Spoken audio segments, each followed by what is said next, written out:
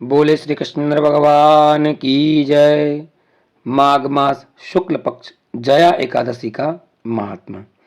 युधिष्ठिर ने पूछा, भगवान, माघ मास के शुक्ल पक्ष में कौन सी एकादशी होती है, उसकी विधि क्या है तथा उसमें किस देवता का पूजन किया जाता है?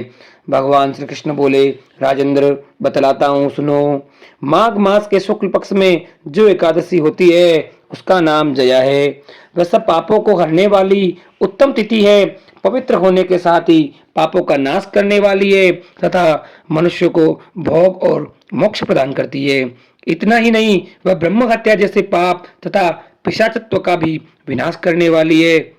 इसका व्रत करने पर मनुष्य को कभी प्रेत योनि में नहीं जाना पड़ता है। इसलिए राजन, प्रयत्न पूर्वक जया नाम की एकादशी का व्रत करना चाहिए। एक समय की बात है, स्वर्गलोक में देवराज इंद्र राज्य करते थे। देवगण परिजात वृक्षों से भरे हुए नंदन वन में अप्सराओं के साथ विहार कर रहे थे। 50 करोड़ गंधर्वों के नायक देवराज इंद्र ने स्वेच्छा अनुसार वन में विहार करते हुए बड़े हर्ष के साथ नृत्य का आयोजन किया। उसमें गंधर्व गान कर रहे थे, जिनमें पुष्पदंत, चित्रसेन तथा उसका पुत्र, ये 3 प्रधान थे। चित्रसेन की स्त्री का नाम मालिनी था। मालिनी से एक कन्या उत्पन्न हुई थी जो पुष्पवंती के नाम से विख्यात थी। पुष्पदंत गंधर्व के एक पुत्र था जिसको लोग माल्यवान कहते थे। माल्यवान पुष्पवंती के रूप पर अत्यंत मोहित था। ये दोनों भी इंद्र के संतोषार्थ नृत्य करने के लिए आए थे। इन दोनों का गान हो रहा था। इनके साथ अप्सराएं भी थी। परस्पर अनुराग के कारण ये दोनों मोह के वशीभूत हो गए। चित्त में भ्रांति आ गई, इसलिए वे शुद्ध गान ना गा सके। कभी ताल भंग हो जाता और कभी गीत बंद हो जाता था। इंद्र ने इस प्रमाद पर विचार किया और इसमें अपना अपमान समझकर वे कुपित हो गए। अतः इन दोनों को शाप देते हुए बोले, ओ मूर्खों, तुम दोनों को धिक्कार है। तुम लोग पतित और मेरी आज्ञा भंग करने वाले हो। अतः इस पति पत्नी के रूप में रहते हुए पिशाच हो जाओ।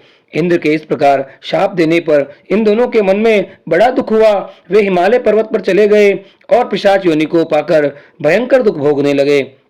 शारीरिक पातक से उत्पन्न ताप से पीड़ित होकर दोनों ही पर्वत की कंदराओं में विचरते रहते थे।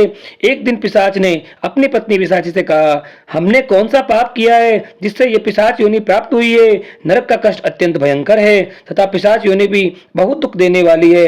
अतः पूर्ण प्रयत्न करके पाप से बचना चाहिए। इस प्रकार चिंता मग्न होकर वे दोनों दुख के कारण सूखते जा रहे थे। देव योग से उन्हें माघ मास की एकादशी तिथि प्राप्त हो गई। जया नाम की एकादशी से विख्यात तिथि, जो सब तिथियों में उत्तम है, आई।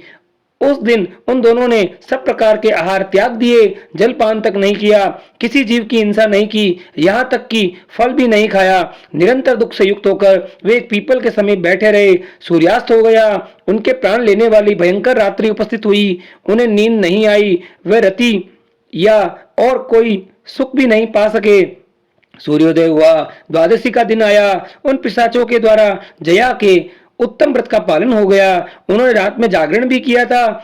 उस व्रत के प्रभाव से तथा भगवान विष्णु की शक्ति से उन दोनों की पिशाचता दूर हो गई। पुष्पवंती और माल्यवान अपने पूर्ण रूप में आ गए। उनके हृदय में वही पुराना स्नेह उमड़ रहा था। उनके शरीर पर पहले ही जैसे अलंकार शोभा पा रहे थे।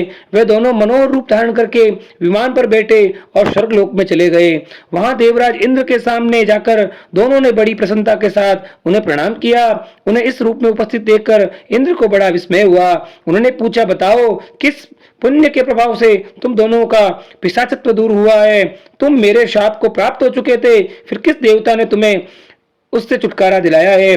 माल्यवान बोला, स्वामीन, भगवान वासुदेव की कृपा तथा जया एकादशी के व्रत से हमारी पिशाचता दूर हुई है। इंद्र ने कहा, तो तुम अब दोनों मेरे कहने से सुधा पान करो। जो लोग एकादशी के व्रत में तत्पर और भगवान श्री कृष्ण के शरणागत होते हैं, वे हमारे भी पूजनीय हैं। भगवान श्री कृष्ण कहते हैं, राजन, इस कारण एकादशी का व्रत करना चाहिए। नृपश्रेष्ठ, जया ब्रह्म हत्या का पाप भी दूर करने वाली है। जिसने जया का व्रतकरण किया है, उसने सब प्रकार के दान दे दिए और संपूर्ण यज्ञों का अनुष्ठान कर लिया है। इस महात्मा के पढ़ने और सुनने से अग्निष्ट होम यज्ञ का फल प्राप्त होता है।